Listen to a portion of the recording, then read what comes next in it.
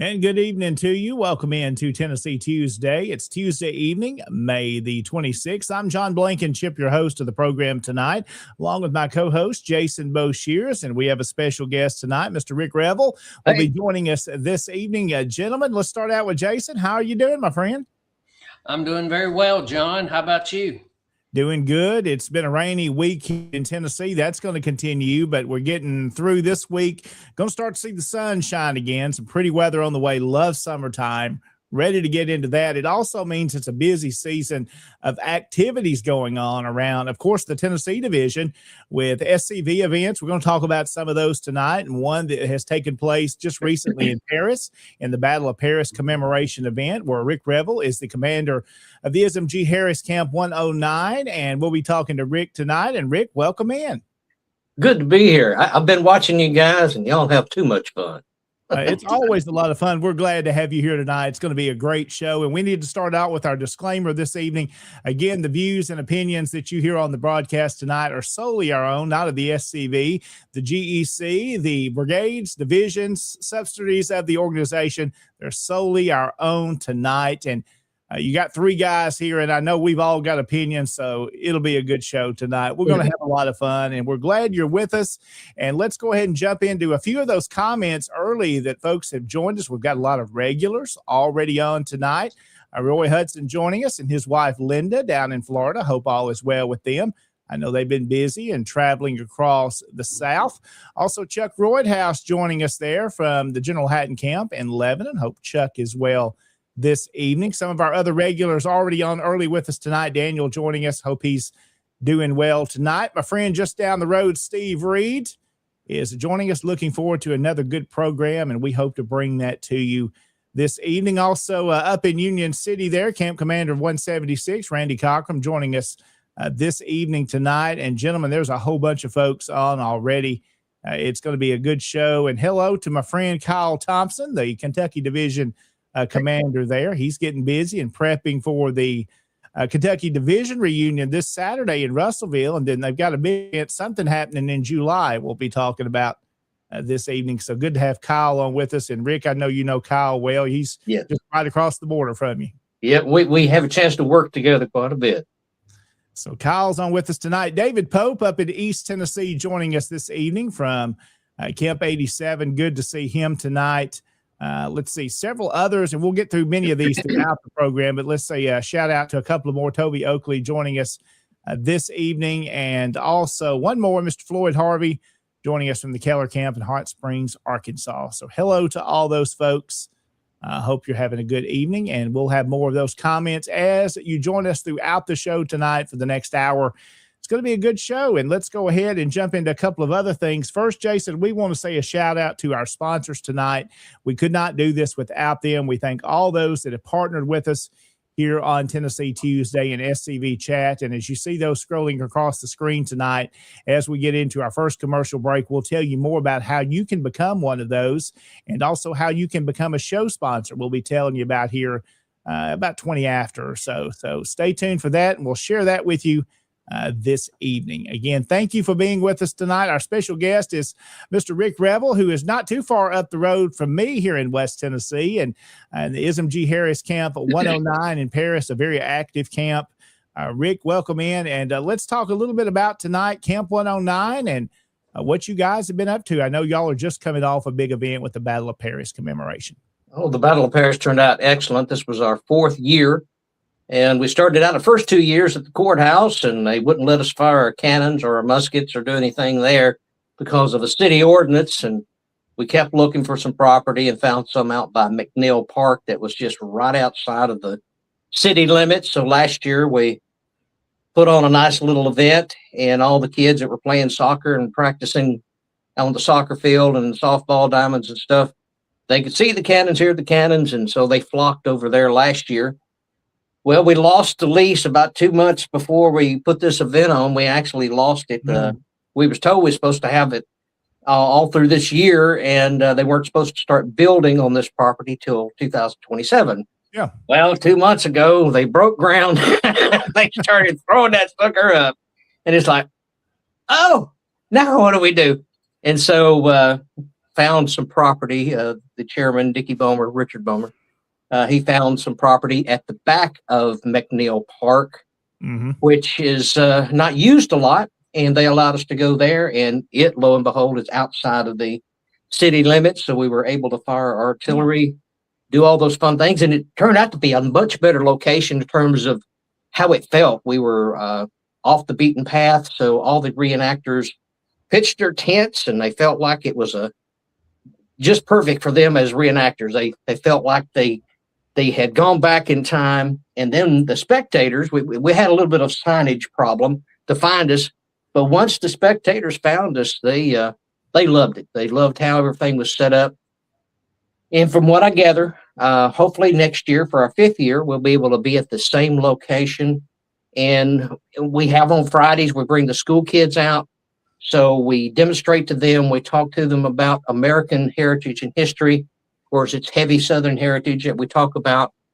But all American history is just that. It's everybody's history, and we want to highlight the Southern heritage part of it. And they get a chance to, some of them even get a chance. I think one of them was that picture there. We had a young lady pulling the lanyard. And so a lot of times some of the spectators come out, they get to pull the lanyard, and that's a big excitement for them to fire artillery. So it's a living history type of event. It's not a full-fledged reenactment yet. We're kind of walking our way toward it. This is, for me, this is a 10+ year project, and the camp has been back in operation since, 2021. So back actually 2020 is when I tried to get it started again, but it took us a little over a year to get our charter reinstated. And so it laid dormant for about 7 years, and we got it started again.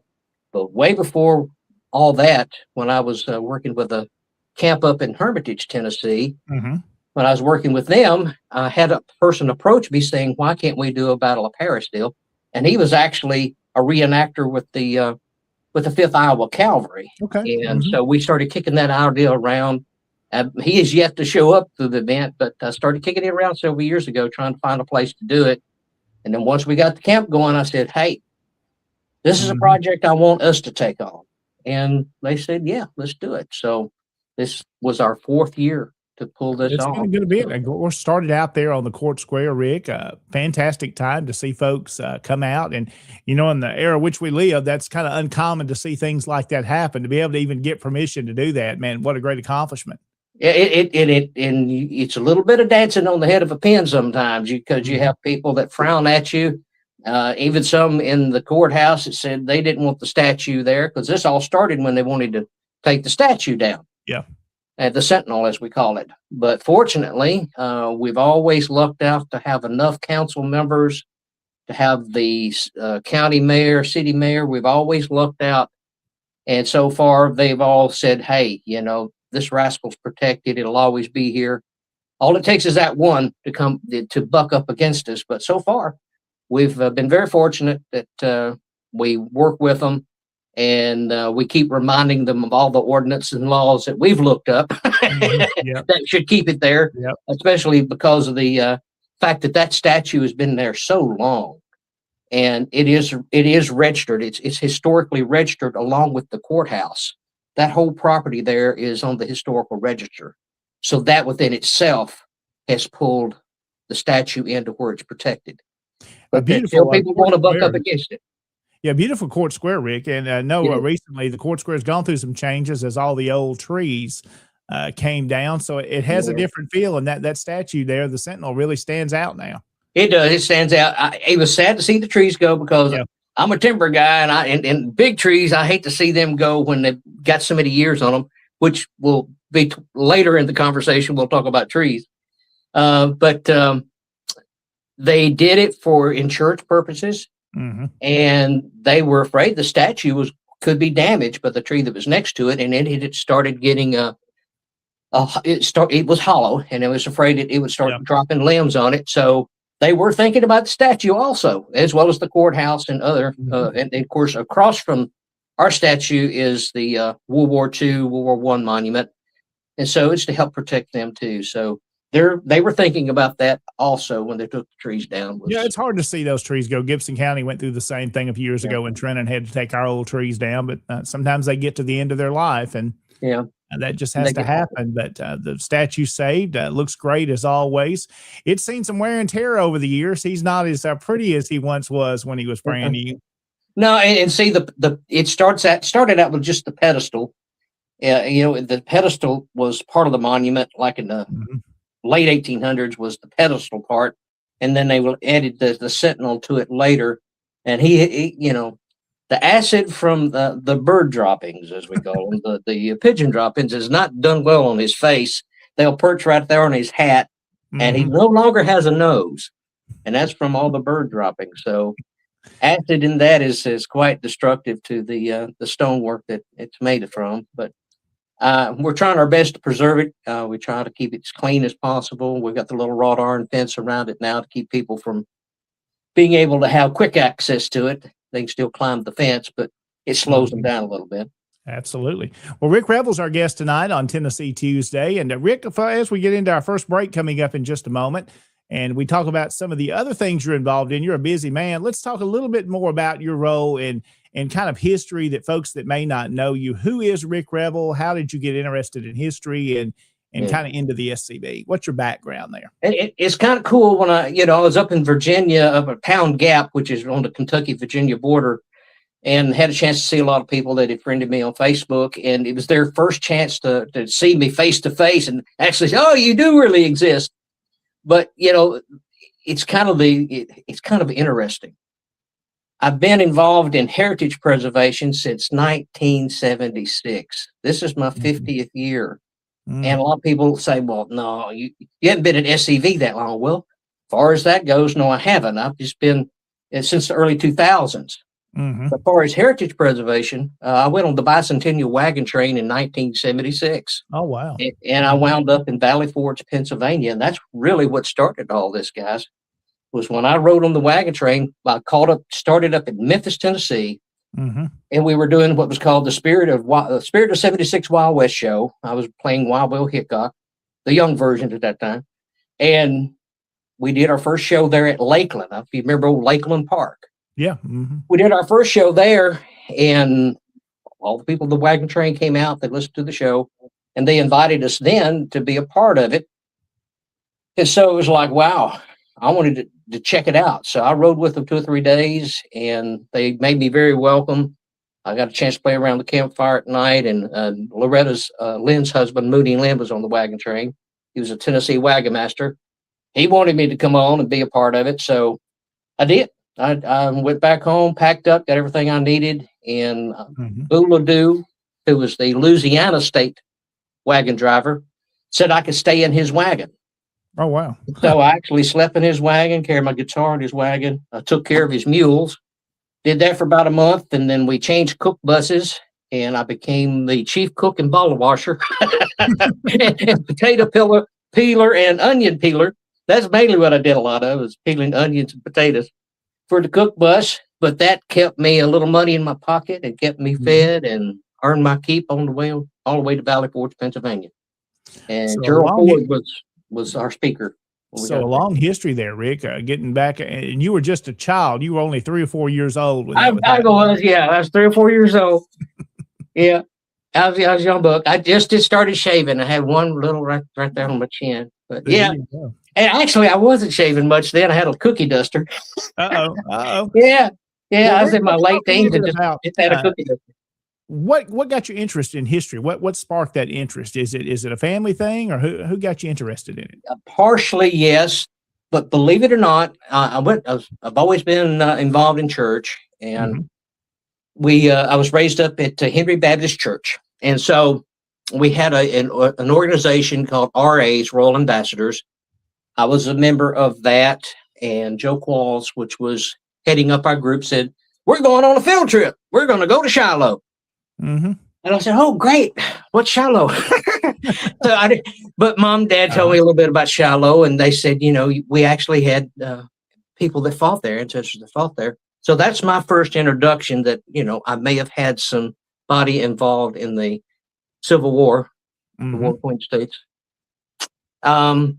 get there, and we're there at Revel's Battery. The park ranger happens to be there with us at that time. And the park ranger begins to tell us the story. And he talks about Gibson. And, Gibson was to lead the charges across there. I didn't know who Randall Gibson was. I didn't know him. I didn't know who Bragg was. But they're talking about all these things that happened there.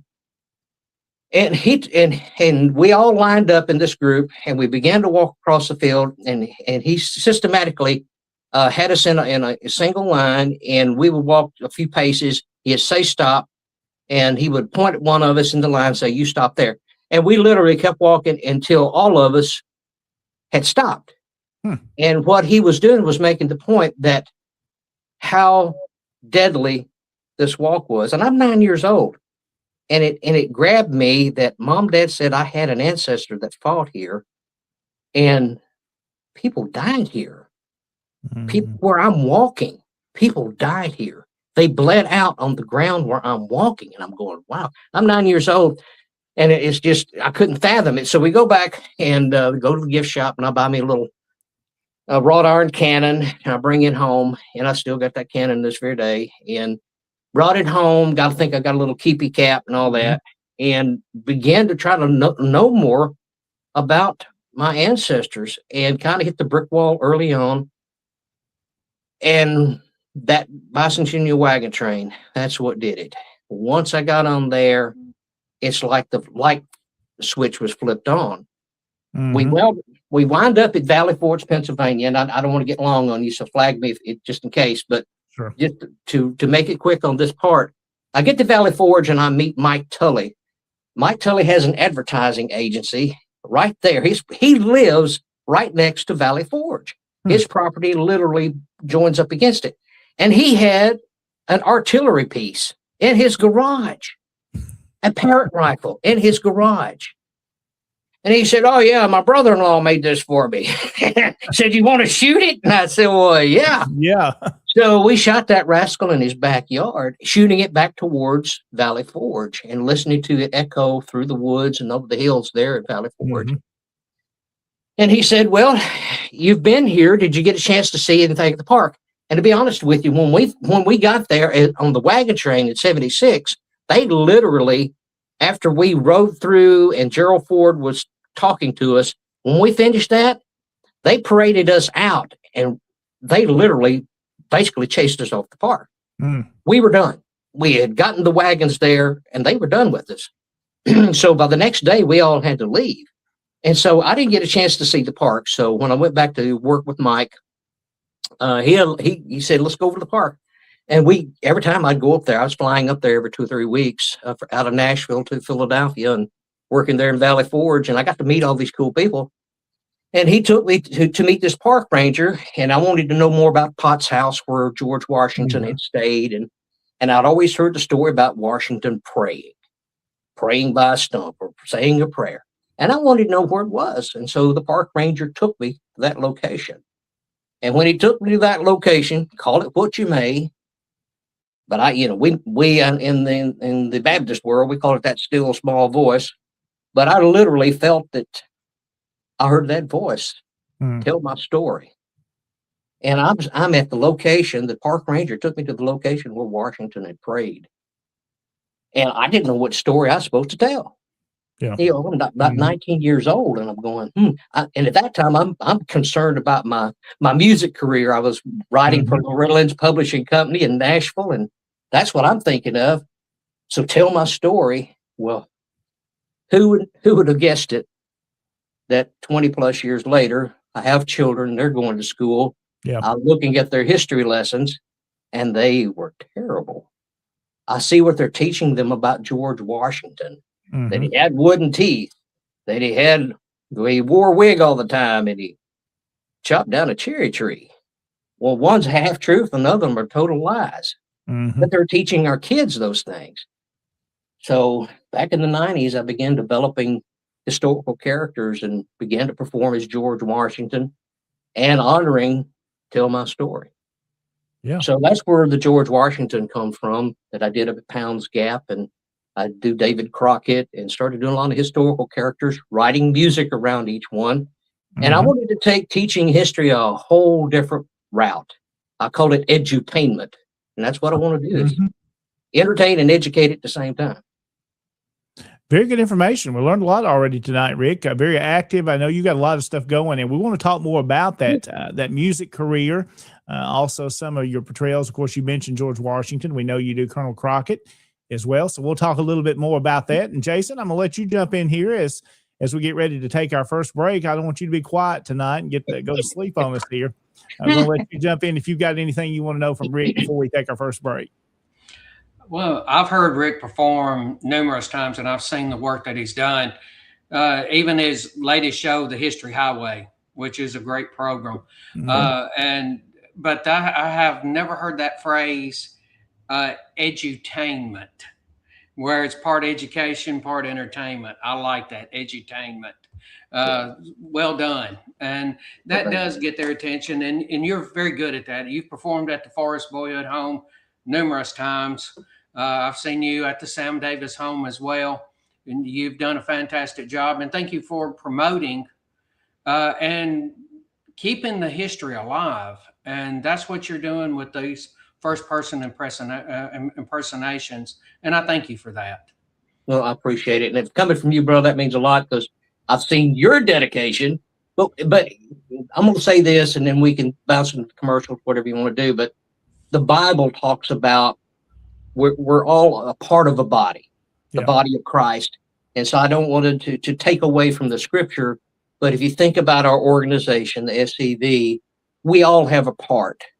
Yes. Jason, when your oratory, I mean, when you speak, Bubba, you speak. John, you do the same thing, and you're a historian. So when you guys speak, we're all part of that body, and we all should be doing our best to be a finger, a toe, or a leg, and we're all a part of that body, and we all have a place.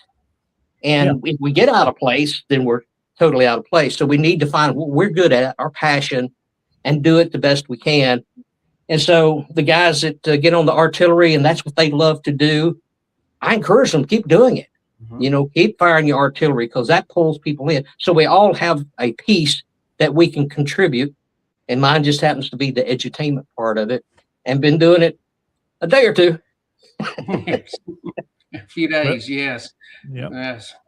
Very tonight, good. Big Revel is our guest on the program. Well, guys, we'll go ahead and take our first break here. Let's talk about our sponsors again tonight. You saw us scroll across the screen a little earlier. These are our Patreon members, Jason. So you can join as a Patreon member. And I want you to tell us a little bit about the different levels that our viewership tonight can join us if they want to support what we do. Yes, sir. And thank you, John. Thank you, Rick, for joining us. I just want to let everybody know that these shows are possible because of our sponsors. And I want to thank the Patreon members, and there's different levels. You can go to scvchat.com and go through the Patreon portal that way, or you can go to Patreon and find SCV Chat. You can donate at the $2.50 level each month. They call that the Feed a Moose level. That was just one of those things that got nicknamed, and we all know Harrison, always been a broke college boy, but guess what? He's graduated now. So now he gets to be a broke adult like the rest of us. So you've got that level. You've got the $10 level, and that is the real chat head level. That's when you start finding out everything that's going on behind the scenes. You'll get emails and updates on everything that's going on. The $30 level is the merchandise level. And every so often, you will get something in the mail from them. In fact, I've got something on the way now, and it's not, they say every 3 months, but it's a little bit longer than that. It varies. Pretty cool gift that just not available. They just do something and send it to you. And then you have the $80 a month show sponsor. And we have so many of them. Dr. Chris Cummins, Modern Medicine with Southern Hospitality out of Oxford, Mississippi. I know that you have, he's been your doctor before, John. Would you like to speak about him? Yeah, and I met Dr. Cummings, as we've told you several years ago. Great guy, a longtime supporter and member of the SCV. Does a great work there, medicine-wise. If you got knee pain, and Rick, I know we get older, we start to deal with those things. Dr. Cummings can take care of you. He's in Oxford, Mississippi, Modern Medicine, Southern Hospitality. Also tonight, 31st Regiment Engraving. Jason, tell us about them. Yes, sir. It is Southern themed items and Southern and custom laser engraved gifts.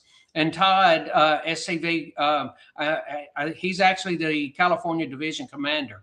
He has done a fantastic job. Now, if you watch the regular SCV chat show, look around the Confederation, you will see Harrison Moose wearing his bracelet, and that can actually be tailored to your ancestor. You can have anything put on there you want.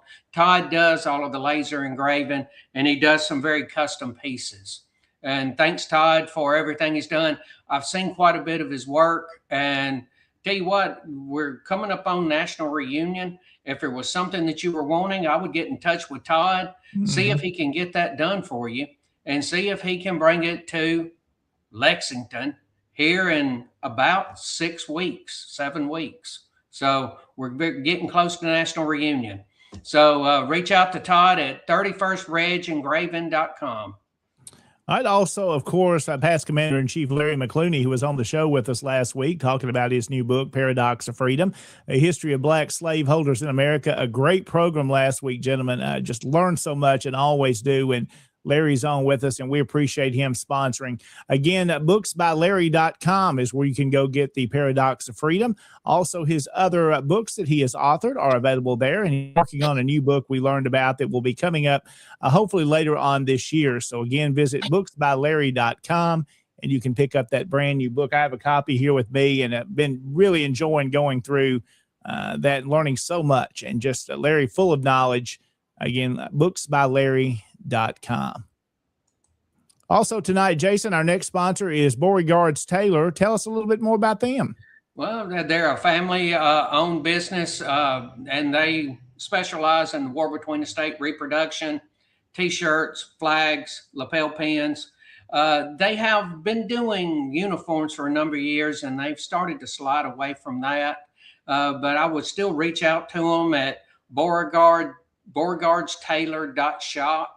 Reach out to them and see if they still have any of the clothing, because they had fantastic clothing. It was period correct. And so reach out to them.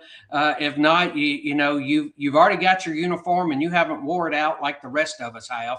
But you can just look and find the reproduction flags, T-shirts, everything else that they have, Beauregard's Tailor. And you can get to them at Beauregard'sTailor.shop. And also, all of us wear our stuff out. Absolutely. It definitely happens. Museum at Market Hall, the home of the Confederate Museum in Charleston, South Carolina. They have been there since 1899, Jason. We have all been there to the Museum at Market Hall, a wonderful museum telling Southern history.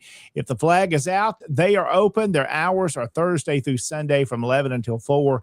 Again, if you've been to Charleston, South Carolina, you've been to this museum, you know what I'm talking about. But if you haven't, make you a trip down there, and you will thoroughly enjoy this museum in downtown Charleston.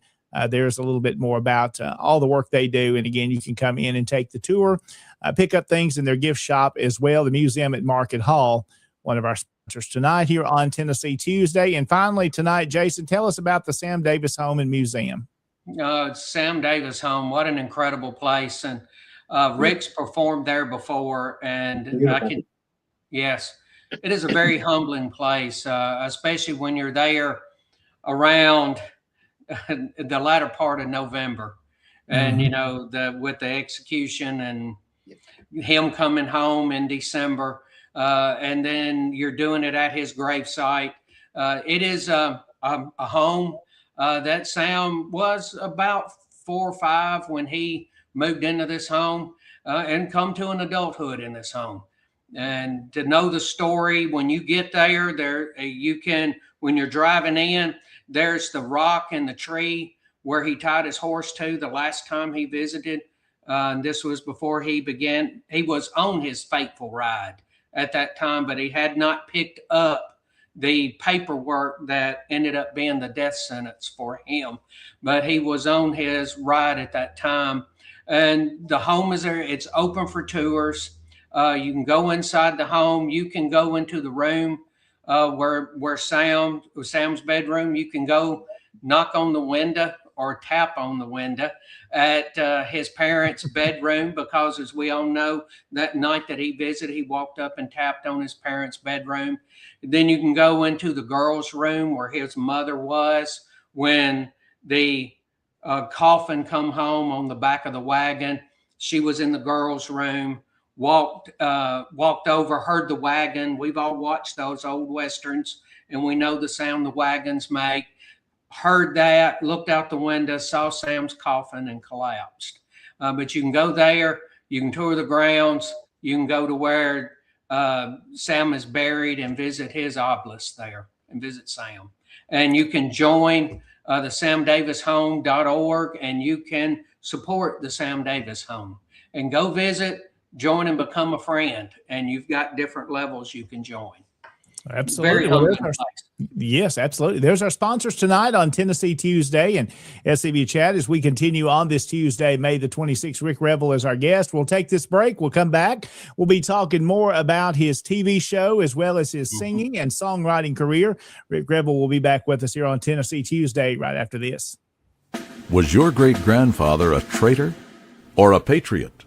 Today's politically correct are trying hard to take away the heritage of the brave Confederate soldiers who fought and died for their land.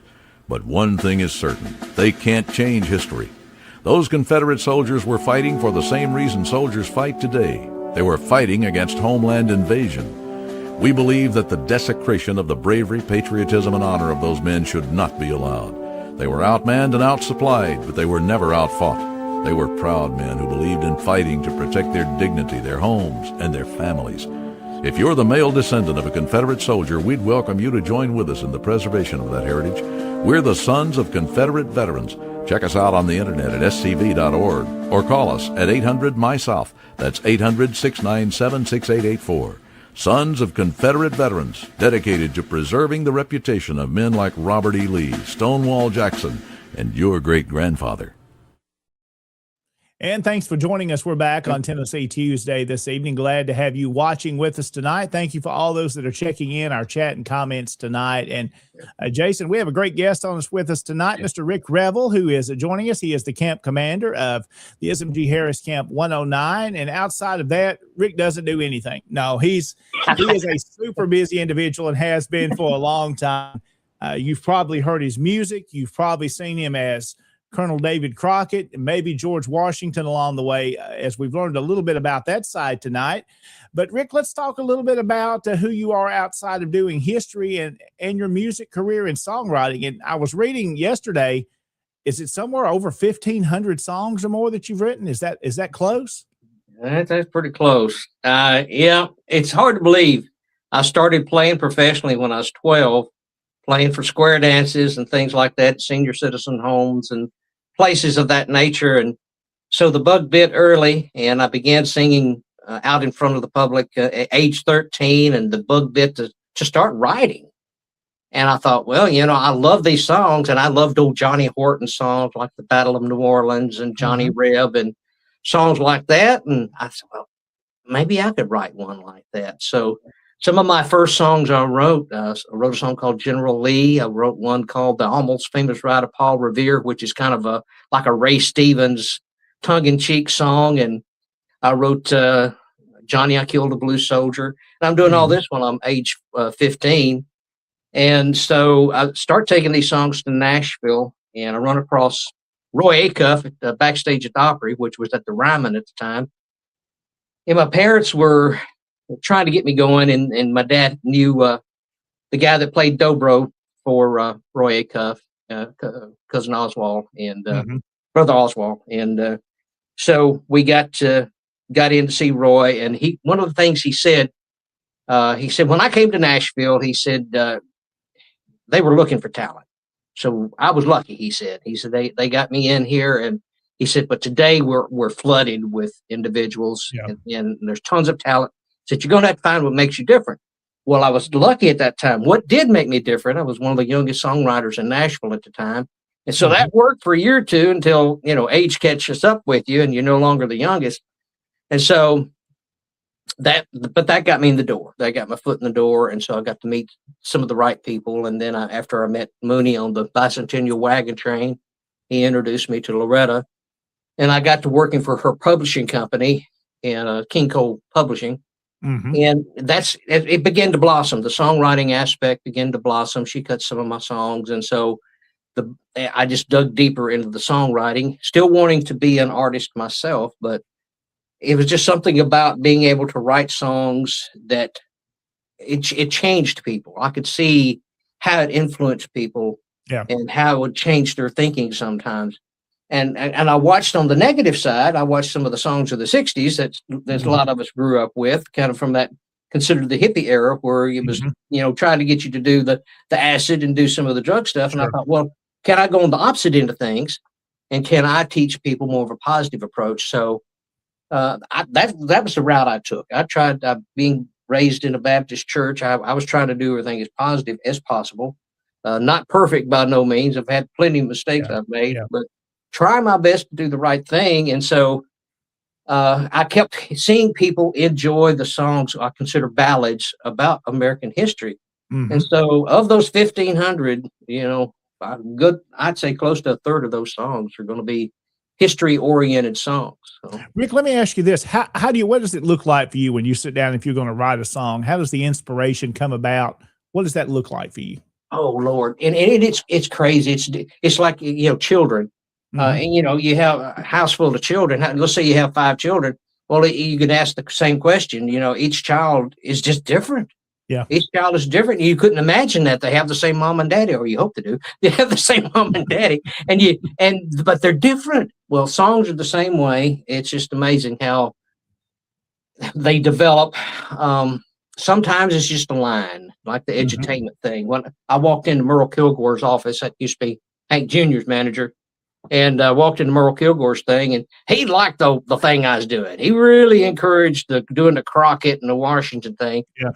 And he's the one that called me Mr. History. He's the guy that tagged me with that. Wow.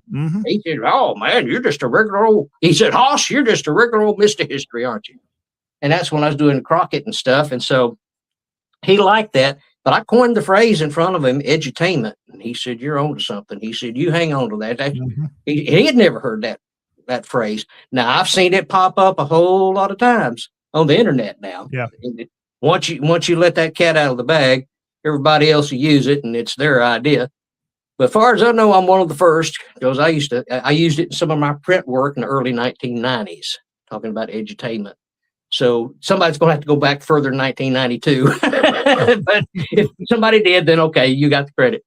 But I've been doing this for a long time. Let's pick a couple of songs. What are some that you've done that kind of stand out, whether it's going way back, something you say is your favorite that you enjoyed writing?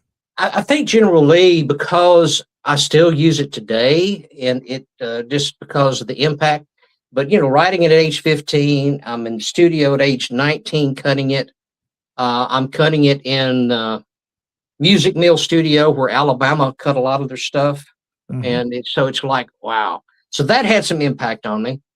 But recently, I've been working down in Muscle Shoals, and it's kind of cool to work with people that, work with Leonard Skinner, and where Sweet Home Alabama came from there, and all those great songs. So I'm getting to work with some of the people that was in that era, come from that age.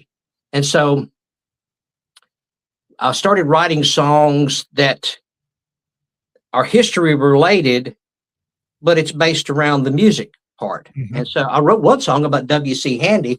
He's a black gentleman that grew up in Florence, Alabama, Muscle Shoals. They consider him the father of the blues. Sure. But I wanted to take it a little deeper and tell the rest of the story about him. So I wrote a song about him, and I put it on one of my History Highway shows, and episode 8, and it wound up catching hold. People really liked it and wanted to know more about this. So we went in the studio, cut it, and it wound up being put into the Mississippi Music Awards, and it was entered into that, and it wound up in 2023. It ended up winning the Best Mississippi Blues Award, and that blew my mind. That was the first award like that I'd ever won, and I thought, people are hungry for this. They're hungry. So then I wrote a song about Muscle Shoals, that Muscle Shoals sound. Talked about Leonard Skinner, this last song that is still out right now, Singing River. Mm-hmm. What I love about Singing River, Lord help. Muscle Shoals is that interesting area. Everybody asks, I've seen it asked in the documentary that they did about Muscle Shoals. And each one was asked the question, what is it that makes Muscle Shoals different? And their music does sound different. It just has a different feel, whether it's R&B, blues, or Southern rock. It's just different. Even the country music and gospel music that's cut there. Phil Driscoll cuts there. Phil Driscoll cuts at the same studio where I cut. This uses the same producer I use. So these people keep asking the question, what is it? And they say, it's in the water. It's in the water. And I got to looking at it from a history guy standpoint. Well, what body of water flows through there and makes it the Muscle Shoals? It's the Tennessee River. Mm-hmm. And the Cherokee, they originally called it the Tennessee, which in English translates to Tennessee, but the literal meaning of the Tennessee is the Singing River. So that's what makes Muscle Shoals different. They're right on the Singing River. But guess what? The Singing River passes through Henry County, too, where I live. Yeah, it does. Mm-hmm. So anyway, very good. So I get the chance to talk about the Cherokee a little bit. And I talk about Skinner's plane crash. And I talk about Rick Hall and the guys that made Muscle Shoals famous. So once again, getting to talk about history, but it's a pretty incredible song. That's one you need to look up on YouTube. It's on Vivo YouTube, Singing River. And it's my latest single. And that one's dear to my heart because it's telling some of the story about Muscle Shoals, Alabama. And I've grown to love it down there. It's just really a cool place to go. Well, Rick, tell me, I know a lot of times we don't like to talk about ourselves, what we've accomplished. Tell me about some of your awards. I know you've won several awards over the years. Are there some that stand out that really mean a lot to you? Well, definitely that one I just mentioned because of it being the first, what I call my comeback trail. See, what some people might not know is back up in the 2010, 12, in that era, my mom and dad began to get sick and in 2010 actually.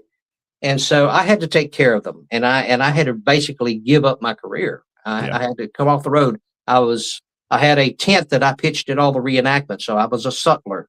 I was doing the battle announcing at all the different battles like Chickamauga, and I was going all over the country. I was going as far east as Aiken, South Carolina. I was doing the battle over there. So I was traveling all over the country doing that. And trying to, once again, preserve Southern heritage, because that would always be a part of my talk when we were doing the MC work. So mom and dad get sick, and so somebody's got to take care of them. And they had asked me to do so, and so I did. And so I wound up pulling myself off the road, and for 5 years, that's all I did. I was a full-time caretaker for 5 years. At one time, my dad was in Jackson, Tennessee in the hospital, and my mom was in Paris, Tennessee in the hospital. Wow. And I'm having to run back and forth to take care of both of them. So all that said, that was 5 years of my life that I felt was a worthy investment into my family and taking care of my mom and dad. They took care of me. They raised me. So it was my obligation, I felt, to take care of them. So after that, I have to rebuild my career because, buddy, I'm talking, take 5 years off and see what that does to your career. Everybody forgets you quick, and they forgot me quick.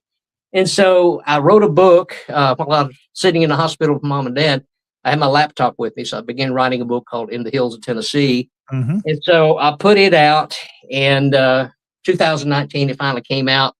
In the latter part of 2019, and we're getting all of our book tour put together early 2020, and guess what? Here comes COVID like a freight train, and it shut me down. And so coming out of my 5 years, and I'm trying to do my comeback, COVID hits and shuts me down again. So it's been a tough little fight trying to work my way back to get reestablished as a writer. And I was getting History Highway going at that exact same time, exactly the same time my book came out. We were working on a pilot for History Highway, and boom, the announcement comes out that we're going to be shut down for 2 weeks, then another 4 weeks, then 6 weeks. Then all of a sudden we're going into our second year, and it's like, you guys are killing me. So I went ahead and bought my own camera equipment. The guy that I shot the pilot with was not able to continue with me. So I just bought my own camera equipment, go out and set it up myself. And Jason, you can testify to this because I've interviewed you and I just set the cameras up and away I go. I did it with the Kennedy twins. I've done it with everybody. Mm-hmm. And I came over to do it with John one day and we got my microphone's messed up. Yeah, my microphone's totally quit. Mm-hmm. Yeah, my receiver for my microphone's totally died. I had to buy another set after that to replace it.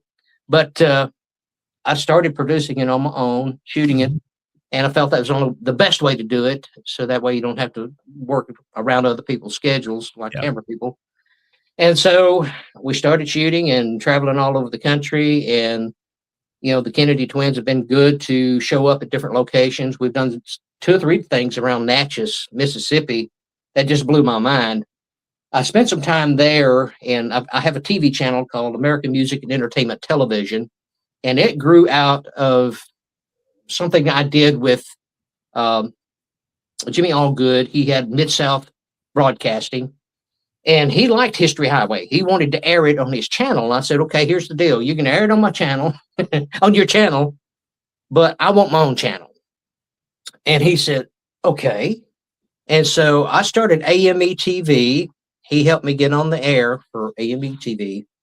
Long as I kept providing him History Highway, and I started something called Music Mavens, which was a music video show. And so I started providing him content, and that got me on the air with AME TV. So that's how I got that started. And then he and I kind of separated, and I started, you know, went and got my own network on Roku and Amazon Fire. So AME TV is on Roku and Amazon Fire, and I have tons of historical programming on it, and I try to take an alternate route. History Channel, if you pay any attention, is no longer a History Channel, it's Reality TV Channel, and Ancient Aliens Channel, and Ice Road Truckers or whatever. Yeah. It's like, what's that got to do with history? You know, I used to love waking up in the morning and eating breakfast and popping on the History Channel and watching Gettysburg. You know, watch whatever they were talking about. And that's when they had stuff about the war between the states. It was usually early morning during breakfast. And it totally changed. And I thought, well, maybe I can fill that gap. So that's what I try to do, is fill the void as much as possible. We recently found where the History Channel, after they put the thing out about Camp Douglas, they had so much flack over doing that program, it got pulled. And so it's just kind of floating around out there, and they're not really wanting to claim it because, you know, it's not politically correct. I mean, whoever produced it, it's got Thomas Cartwright on it, and they're telling the truth about Camp Douglas, and they pulled it. So I'm as long as I can, I've got it on the air on AME TV. So if you want to watch it on AME TV, you can watch about Camp Douglas and see what really happened there. So we try to keep good content on there to help educate the public. And that's one of my missions with AME TV and History Highway. But back to Natchez. Here's 2 things that I found out while I was there. The first Bigfoot sighting was in Natchez, Mississippi, believe it or not. And it was by a priest. Oh. A Jesuit priest. And he had come up there to save the souls of the Natchez Indians. And while he was there in the camp, they all got disturbed when this big hairy creature showed up. And he writes about it. They don't call it Bigfoot, but they call it the big hairy creature. And it shows up, and it was known to terrorize the camp and known to steal their dogs or anything small enough it could capture and eat. So, so that was the first, and this is like 1720. And then the other thing was, of course, the other curious thing about the Natchez Indians, they had conquered their next door neighbors and enslaved them. So it always tickles me when people say, well, the white man brought slavery to America, and the Natchez Indians, they said, we've been doing it for years. But anyhow, the other story is about the Devil's Punch Bowl. And what a story. I mean, it just turns the whole narrative of Civil War history on its ear. Yeah. You know, it becomes a Union occupied town, And all the sugar plantations and all the up and down the delta of the Mississippi, they're being burned, scorched earth. They're burning them. Mm-hmm. The Union Army goes and burns them. And so where do the slaves go? They all wound up in Natchez. And you have a black population going from about less than 500, 375, something like that, according to some records. All of a sudden, they got 10,000 black individuals showing up in town, and they become refugees. Yeah. And so the Union Army doesn't know what to do. So they decide to set up a camp. Some call it a concentration camp, but it's supposed to be a refugee camp. And they set it up down in what's called the Devil's Punch Bowl, which is basically right on the banks of the Mississippi River. Mm-hmm. And surrounding it is the hills, and it's a big gully. I've been there. It's just a big gully. And so they build this place there, and they will not let the occupants out. And so a lot wind up dying there. The food is terrible, mm-hmm. and people can say all they want to, well, that really never happened, But the reports are coming from the surgeons of the Union Army and those that came in the commission. They had the health commission, mm-hmm. the sanitation commission. Excuse me. The sanitation commission was sending their people there, and it's their writings, the sanitation commission, and they're writing about the terrible conditions and how many people are dying a day. And that is never talked about. So that's what we like to do with History Highway. We like to bring out the lesser known stories, mm-hmm. and we tell the rest of the story. So anyway, we have a lot of fun with it. Lots of stuff you're involved in, Rick. How do before we get into kind of where they find more about you and some of the things you have, like the books and learning more about the educational videos and the programming, you've given me a couple of other photographs we want to mention here and talk a little bit about the Tree of Liberty in your latest project. Yeah. All right. So here we go. I met a good buddy of mine. This Tree of Liberty. Gary Gentry, when I had a recording studio on Music Row, he became one of the writers at the little publishing company I was involved in. He wrote The Ride that David Allan Coe put out. It was a very famous song. I bet you will recognize it when all I have to say is The Ride and David Allan Coe, and it was a huge hit. Well, I got to become friends with Gary Gentry. We lost contact for about 20 plus years. We reconnected 2 years ago. Then last fall, actually Tuesday before Thanksgiving last year, we did a TV show together. And afterwards we said, we need to get together and write another song. And we began to talk back and forth on the phone. And I said, well, what do you want to write about? And he said, well, the 250th is coming, celebration of America. And he said, I think we need to write something for the 250th. And I said, well, Gary, that's a great idea. Mm-hmm. And I said, let me see. And I was just getting ready to release Singing River. And I said, well, I'll try to squeeze it in somewhere. They called me back, and I asked for some more detail. And he said, well, I have this portrait above my fireplace. And this portrait's of a tree. And this tree was 250 years old. And it grew in Athens, Tennessee. And every morning when I went to school, I passed that tree.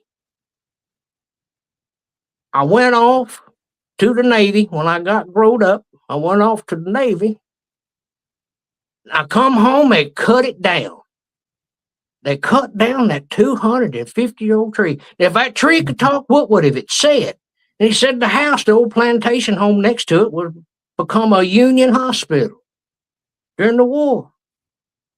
That tree could talk, what would it say? I said, well, Gary, you want this for the 250th, right? And he said, yeah. I said, all right.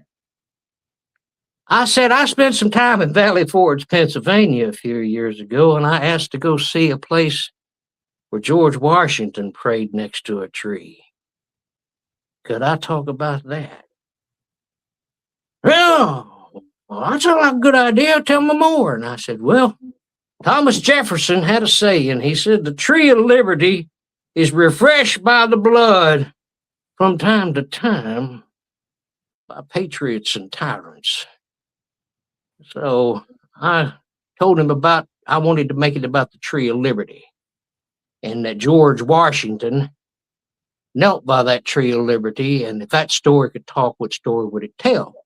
Well, I actually do come from a third generation timber family. I worked in the logwood for about 7 years with my family, third generation. And I said, well, what if the character in the story was hired to cut down the timber right next to the Valley Forge Park? And as they were going through, they found this 500-year-old oak tree. And right before the boy takes his chainsaw to cut down that tree, he sees the face in the bark of that old tree, and the eyes pop open. And the tree begins to talk and tell a story.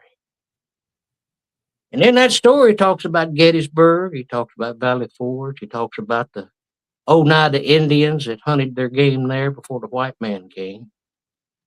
So we're teaching history in the Tree of Liberty.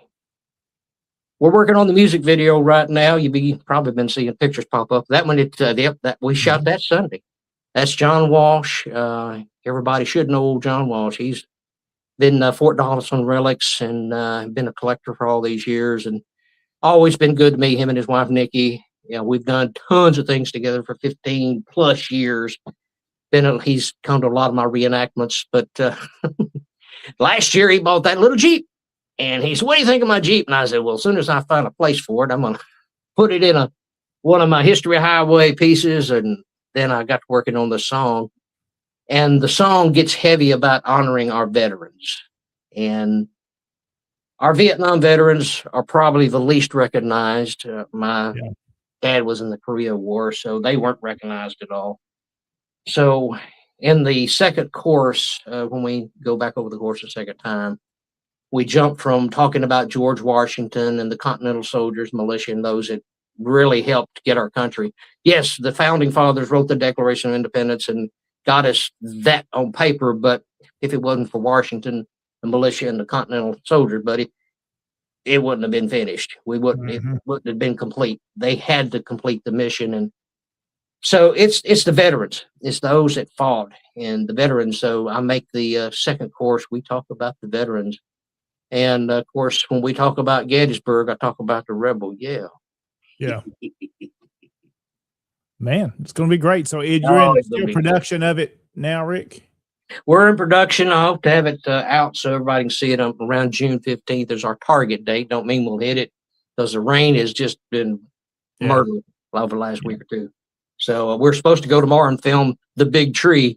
We found a big tree over around Big Sandy.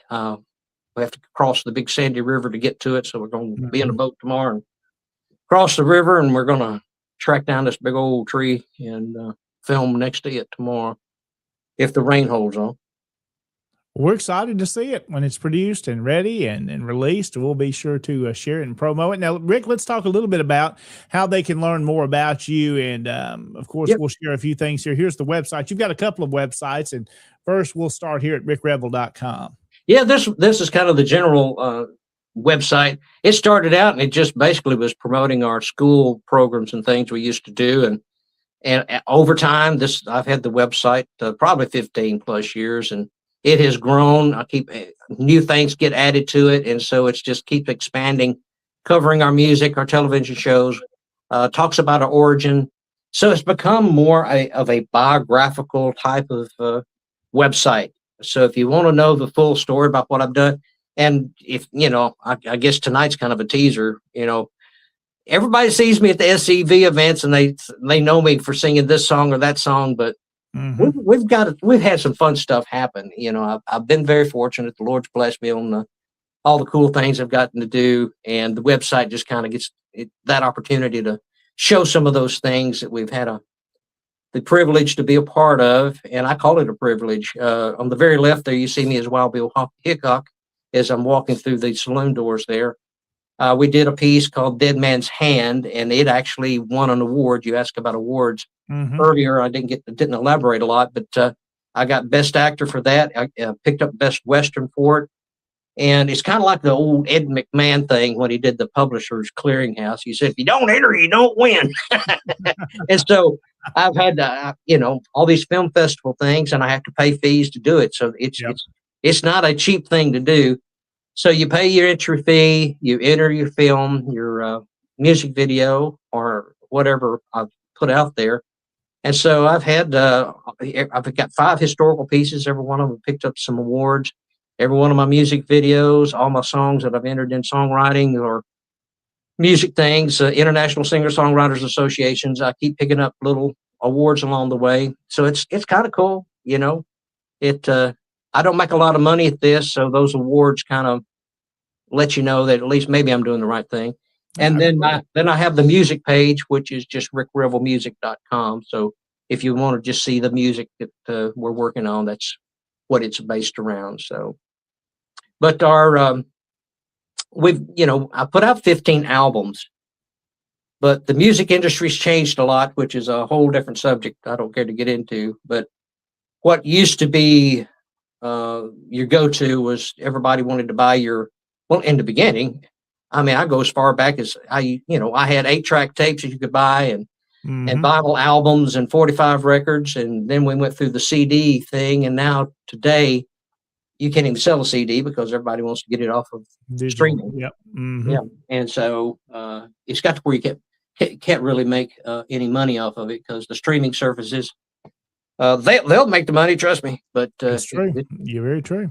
They will, but you don't make much. So it went from making dollars to where you're making pennies on the dollar now. So, So Rick, if they want to pick up a copy of your book, The Hills of Tennessee, can you still get copies of that? Is it still available?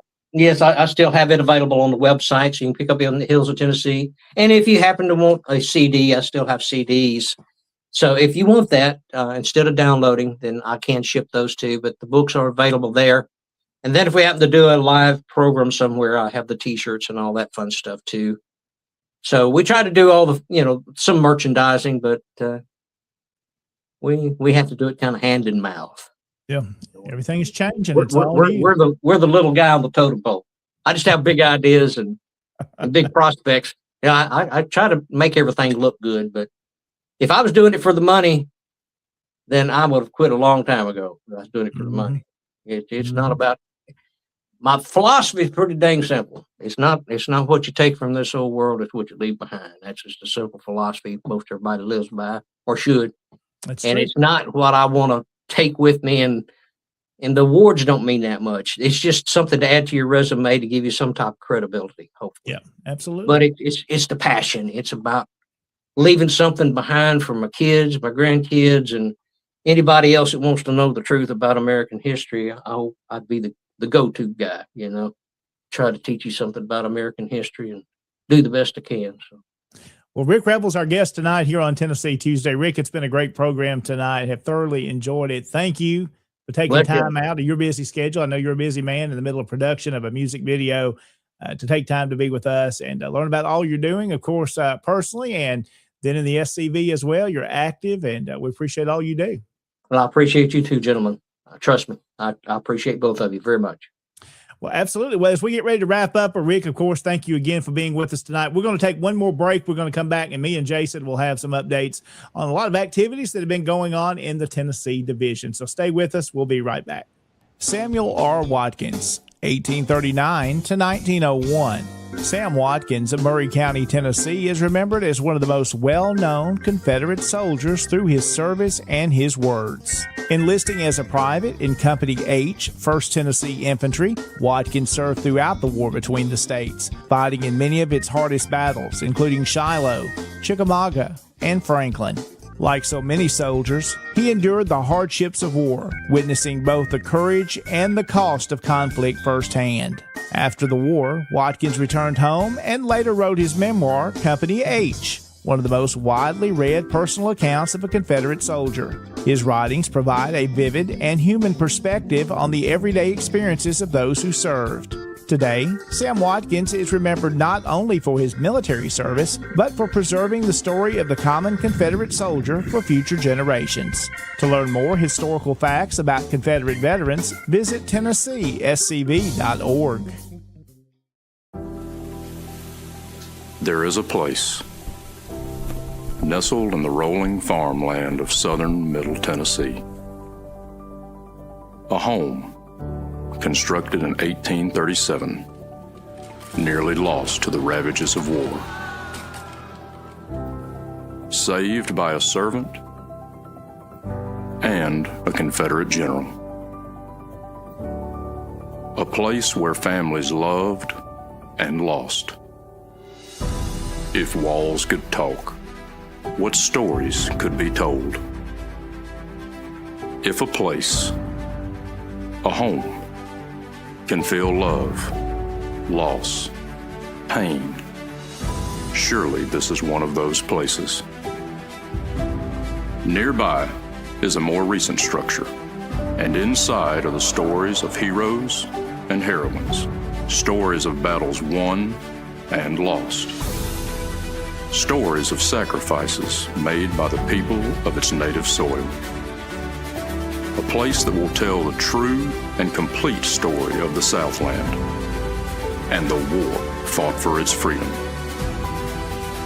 From the causes that led to the conflict to the modern-day struggles to protect Southern history. Historic Elm Springs and the Confederate Museum at Elm Springs are the general headquarters for the Sons of Confederate Veterans. A place where the story of the Southland and its historic struggle is preserved and told. Come and discover your history. And we're back on Tennessee Tuesday on this Tuesday evening, May the 26th. Good evening to you. I'm your host, John Blankenship, along with my co-host, Jason Boshers, this evening. And Jason, as we're just talking about the National Confederate Museum, Columbia, there's the hours on the screen now, Monday through Friday from 9 until 4, and then open on Saturdays, 9 to 4 as well. So if you haven't had a chance to come see your National Confederate Museum, you need to make plans to come to Maury County in Columbia, spend the weekend or spend the entire week. Plenty to do there on the site, of course, to tour the historic home and the museum. Jason, you want to talk some more about it? Well, just come and visit your place. This is our general headquarters. This is our National Confederate Museum. This is our antebellum home in historic Elm Springs. Sons of Confederate Veterans bought property in 1992. Mm-hmm. You're looking at the home, started construction in 35, finished in 37. When we were digging the graves for Nathan Bedford Forrest, we were actually digging his grave. We had the fire pit for the bricks, and that's a part of the interpretive story that we're going to be telling that has to deal with the history of the home itself. And I mention that because, Rick, when you were there, you came and you visited, and it was myself and the Kennedy twins. And you interviewed us at the museum, and then you went over to Elm Springs and filmed some video. And I think you've done some stuff inside the house, have you not? Oh, yeah.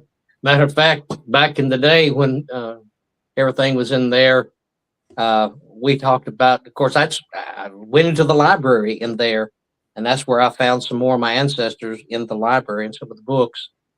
And then, of course, we heard about the ghost stories, and I never did get to film there, but I was shared about some of the possible ghosts that frequent the house. So, but I never did get to do that. But yes, I love the inside. We actually filmed in the Shiloh, the Many Faces of War. That home is the home that was where my character lived, Dr. Finus Bell. And so we live in that, and it's, of course, it's a fictitious setting based around factual things that happened. But Elm Springs wound up being the home, and the Union Army burns it in the film, Shiloh, Many Faces of War. But yeah, I filmed on the inside. I've run up and down those steps to the second floor up there. So yeah, it's a pretty cool place. I love it. Yes. And this belongs to the Sons of Confederate Veterans. So come and visit and learn our history. I wrote the script for that 2-minute video that we just saw there, the one that starts, "There is a place." And the only thing that they changed out of that was they added a sentence at the end. They didn't change anything else with it. And because the point was to tell the story. And there is, that house has its own story. Been around nearly 200 years, all of the families that have been there. Just think of the stories that it can tell just since the Sons of Confederate Veterans purchased it in 1992. From Simeon Cummings, sir. And what's kind of cool is you go upstairs on the balcony over the front porch, Mm-hmm. the veranda area there, and you look out across the way and you see almost an identical home on the hill Yes. facing it. It's pretty dang cool. Yes. Yes. Beautiful. It's beautiful up there. It really is. Yes, it is. Yes. Again, come see the National Confederate Museum. It's a beautiful place. And while you're there, then travel this summer a little further up the road to the 131st Annual Sons of Confederate Veterans National Reunion. Jason, we're getting ready for National Reunion, always an exciting time. It's when you use the term reunion, it's a reunion of brothers and also sisters that attend throughout the week, many activities, of course, and then doing the business of our organization. This year hosted in Lexington, Kentucky, 131scv.org if you want to get your registration done. And Jason, I know there's some info about tickets for meals. Has that cut off, or when does that cut off? The cutoff is June 1st. If you want a meal if you're going to one, even the banquet, the ticket cutoff is June the 1st. So if you're going to attend the Heritage Luncheon or one of the breakfast, or if you're going to go to the banquet, you're going to need to get on the website and order your tickets. You have to June the 1st. That is the cutoff. And I also want to say, if you go to that 131scv.org, they have opened up a merchandise link on there. All right, go check it out. Get registration done. Join us there. It's going to be a good week, and looking forward to being in Lexington. Appreciate all the guys in Kentucky and all the work they've done to have us a nice reunion. A couple of things we want to mention, guys. We want to show some activities, but this one, of course, we had Mark Buchanan on with us. He's the Heritage Defense Chairman in Tennessee, and this is the monument, the Confederate monument at Elmwood Cemetery in Memphis, that the camp there and the brigade is working on to do a restoration of the base of the monument here. And there's a recent photograph at the memorial service, and then you can see the base that's deteriorated over the years. They've started a project to raise funds to repair that base. And I know that project is going to be around about $5,000, I believe, and they're still raising funds. The Tennessee Division has contributed towards that. The local camps there have raised funds, but they're still a little bit short to get that work started. So if you're interested in making that happen, you can reach out to Mark Buchanan on social media, or reach out to me or Jason, and we'll be sure to get you the info of how you can donate. We want to see this project done. If you've never been to Elmwood Cemetery in Memphis, I encourage you to go there. Of course, the Confederate site there with the monument. Of course, that's originally where General Forrest was buried, and some of his family members are also buried there in Elmwood. So just a beautiful cemetery, and there's an older photograph of a postcard of the monument. So we want to help do our part and restoration. I know somebody asked, I saw in the comments about the price on that. And again, they have to work with the group that Elmwood Cemetery's organization says they have to use. So their hands are a little tied there, but it'll be good work done. Again, trying to raise around $5,000 to make that happen. So if you could contribute to that and make that possible, reach out to us or Mark Buchanan, and we'll make sure this project happens. We want to see this completed. Also, some other photographs sent in to us. I see Tom Wood, who is the commander of the camp in Lebanon there, the General Hatton camp. He recently spoke to the Gainsborough Invincibles there. And you can see Rich, of course, Tom there, David Daniels, and Chuck Broadhouse, a photograph the night that Tom spoke. Tom is a fantastic speaker and one of our most active individuals in the SCV. And, of course, their camp has been recognized nationally for the work that they do in Tennessee and beyond. So we appreciate Tom and Chuck sending in that photograph for us this evening. These photographs here, these are coming from the James Keeling Camp 52. This is the Cold Springs Cemetery, I believe it is, one of the cemeteries here. And I've got a couple of photographs, and it may be two different locations, but we do want to share with these here tonight that have been sent in to us, and the recent memorial service that they did here. And you'll see some of the individuals that were present there for memorial service. And here's some more, guys. So we appreciate them sending in. There's Billy Joe Holly there speaking, of course, at the memorial service. And then there's the good crowd. Commander Ed Hill there, brigade commander, is there in the vest. You see him just beyond the flagpole. And then there's some more of graves there, the Confederate graves. I believe it's East Hill Cemetery, I believe is the name of that one. Jason, help me on this. Does that sound right? Yes, sir. I believe so. Yes. And then there's some more photographs from that memorial service. Also, we've been busy. Jason, I got to come up your way this past Sunday for a memorial service there in Mount Pleasant. And I'll let you talk a little bit about that as I show some photographs. Okay, and there is our Tennessee Division Commander, John Blankenship. He is speaking at the memorial for the Bigby Grays. That is the exact spot that the men from Murray County, specifically southern Murray County, which would be the Mount Pleasant area. This is where those men were mustered in and sworn into service. And that's our executive director, Adam Southern. He was giving us telling us the history of the Bigby Grays and the Bigby Gray Memorial. That was originally erected in 1907. And it was at 100 years, the Sam Watkins camp, we did a 100-year rededication of it. And I don't know if you know about the history of Mount Pleasant. That's Kayla Southern, Adam's wife, giving greetings on behalf of the United Daughters of the Confederacy. And the gentleman that is on the right of the picture, that is Will Pogue. That is Sam Watkins' camp commander. And that is the man just to the left of Will Pogue, the gentleman in the dark jacket, red tie. That is Dr. Robert Bain. Our camp celebrated 40 years. We were rechartered May of 1986, and his name is on the charter. He has been a member since 1986. And there's everybody from the camp gathered there.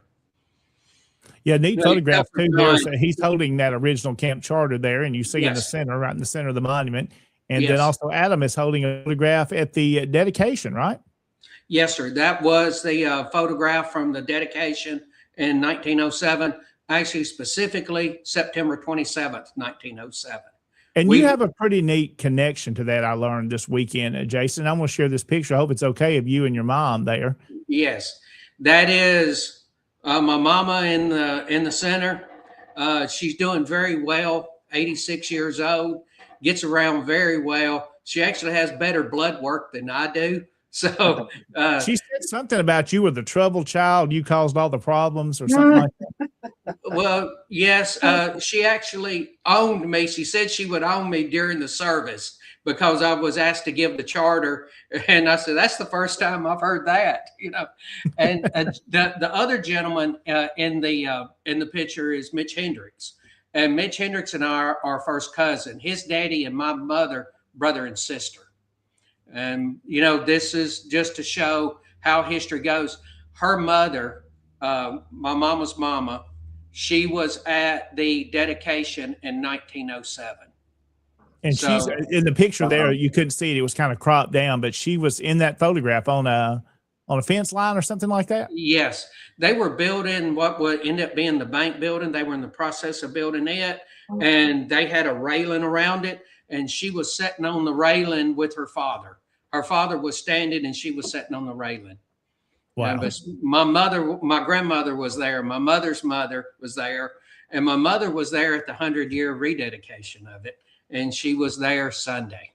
So well, it was good to meet her. And again, I guess you took good care of her. She wasn't too bad about you. She said you're a pretty good son. I'm not going to say anything without it, you know, but I can say I'm just thrilled that my mama was there. I'm blessed to have my mama there. Absolutely. I got to take her to church. Come on. How can it get any better than that? That is good stuff. I take her to church, and then I take her to a celebration for the 40th anniversary of the camp and a memorial service for the Bigby Grays. Well, Jason, tell me this, because you said it was your great-grandmother that was there, I believe you said, on that fence line or sitting on that railing. It would be my grandmother. Your grandmother. Her mother. It was her mother. So I guess there's Confederate connection on that side that's not the Boshers side of the family. Yes, there's several on the Hendricks and McLean. So, yes. There's a pile of us. So a good reunion there. That was a great time on Sunday. I appreciate being allowed to come up there and saying a few words. And you did a fantastic job. My brother, my mother's grandchild was there. And he got to hear the talk. He's 14 years old, will soon be 15. And he was just excited to be part of it. And I noticed one thing because I was standing where I could watch him. He never got his cell phone out and stuck his nose in it, which is actually saying something for a 14-year-old. Yeah. Well, I Yes, hope he learned was- something. Hope it inspired him, and he's the Yes. generation coming up. Yes. So there were 3 generations there on Sunday. Wow. A good time. Give a shout out to that restaurant we ate at, Jason, that little cafe. Man, that food is really good. I've eaten there 2 or 3 times. Really good. That's the Mount Pleasant Grill. And of course, you show up and, I can remember it when it was Wright's Pharmacy. And I'm going to date myself. I went in there at one time, Wright's Pharmacy. It still has the original soda fountain as you go in. But at that time, they sold a little bit of everything. If you remember when the band, the Eagles, when the album, the Hotel California come out, Yeah. I bought that album there. That tells you how many years ago that was. And then it turned into another restaurant called Lumpy's. And then it turned into the Mount Pleasant Grill. Very nice facility. Very neat place. It still has the look, has that original counter in there, and Yes. very good food. Enjoyed that time. So if you're in the Mount Pleasant area and you're visiting with Jason, or you're not visiting with Jason, you're coming through, make sure you stop in and eat. Very good food. Yes. Well, all right, Jason, a couple of other things I want to show. This Saturday, too, was busy down here. Our folks in West Tennessee. Here's a photograph of some of the flags we put out at Oakland Cemetery in Trenton there. Our Camp 209 and 1472 partner up every year and place flags on about 150 Confederate veterans that are buried in Trenton. And here's another site of what's known as Texas Hill in Oakland Cemetery. There's 2 or 3 unknowns there. Some of those are identified. You see the more recent markers that have been placed for them and the original ones. And there's also a monument there you see closer to the flagpole that was put there in the late 1800s as well. So the flags put out there. And then, of course, we came, here's a photograph of me. You probably don't want to see me, but I want to show where I'm standing. That's Colonel Robert Milton Russell's cenotaph there. He's not actually buried in Oakland Cemetery. Neither is the others you see there that are mentioned that are his relatives. He's actually buried in California. So, but there is a marker there by other family members to recognize Colonel Robert Milton Russell. And, of course, he's the namesake of our camp here in Humboldt, Camp 209. So, got to put out flags there. And then there's Jim Collinsworth, our division chaplain. He's helping here in Humboldt at Rose Hill Cemetery. And us putting out our flags there. We put out a little bit over 100 flags at Rose Hill each year as well. And here's one more photograph here, another view of what's known as Texas Hill in Oakland Cemetery in Trenton. There's John Spence of Camp 1472, helped putting out flags there. And we replaced, of course, the 3x5 battle flag there on the pole that flies throughout the year. And one more that I want to highlight from Rose Hill Cemetery in Humboldt. Here rests faithful Jim Hunt. Jim was born a slave and, of course, lived here in Gibson County, and he went off to war with the Dunlap family. And, of course, he was originally a slave on their farm and later would help be the sexton of Rose Hill Cemetery in Humboldt. And at the time when he died, a little bit after 1910, 1911, he was buried in what at the time was the white section of Rose Hill Cemetery, next to a family that he lived with and was friends with. And we always honor him every year by placing a flag there on his grave. So there is a Jim Hunt, always an honor to recognize his service. We know he was there. To what full role he served, we'll probably never know that. History that's been lost, but we do know he was with one of the Dunlap brothers and was there the whole war. So we want to remember him in his service to this time of year. So there's what we've got happening around the Tennessee division, guys. Lots of stuff going on, lots of stuff coming up. Don't forget, coming up in June, a couple of things we want to mention before we wrap up is this event here, and I know all of us have been at this event over the years, the Forest Homecoming. The 24th annual event will take place at the Boyhood Home in Chapel Hill. 9 to 4, there's activities throughout the day, and it's going to be a busy time. So I invite you, if you're looking for something fun to do on June the 20th, come be there with us. Again, just $10 to come in. Now, again, it's a fundraiser for the Boyhood Home, and any donations you want to make there extra as well goes for the upkeep and care that beautiful site and the work that we're doing, the Forest Hall. And Jason talked to Gene Andrews yesterday, and he gave me an update on our Forest Hall project that we're building. It's a pavilion there that will allow us to have a covered space. Construction should begin very soon. They've been working on the steel and getting some plates and the proper bolts for the concrete that had to be changed, and that should happen very soon. And also the front section of the building, which will eventually house an office, a museum, and bathroom. Some work is being done on that as well. So many great things happening there, and we're looking forward to seeing that project come to fruition and be completed, hopefully in the next several months. We'll have that nice facility there, and appreciate all those that have given.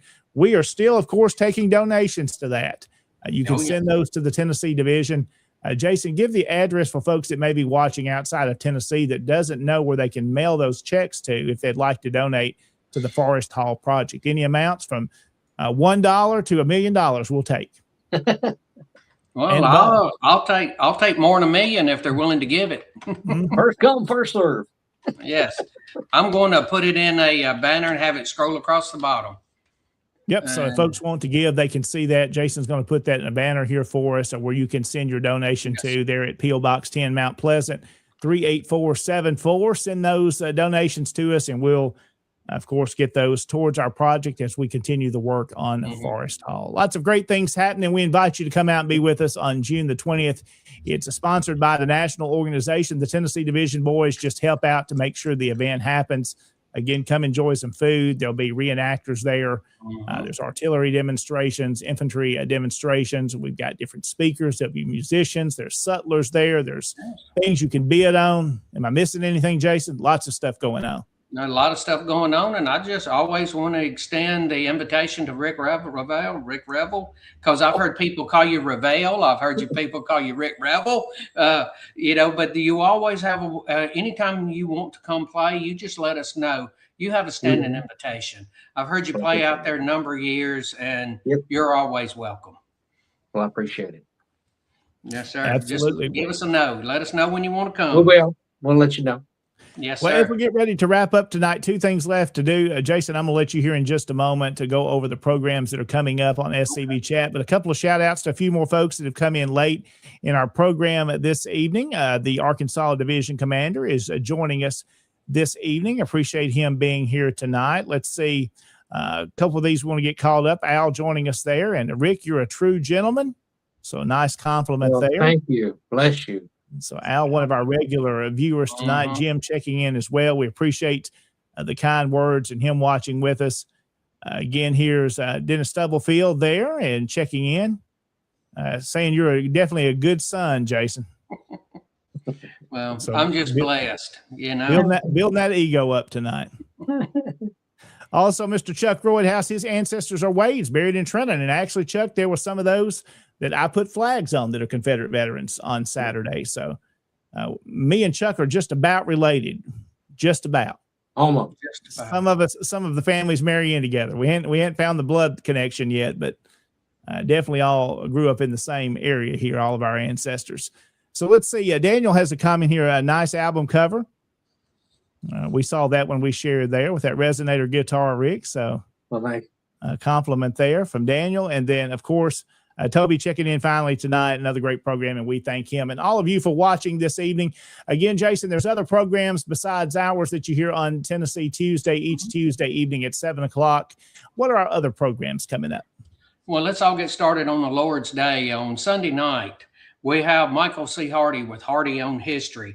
That comes on at 7:30 Central Time, p.m., 7:30 p.m. Central Time.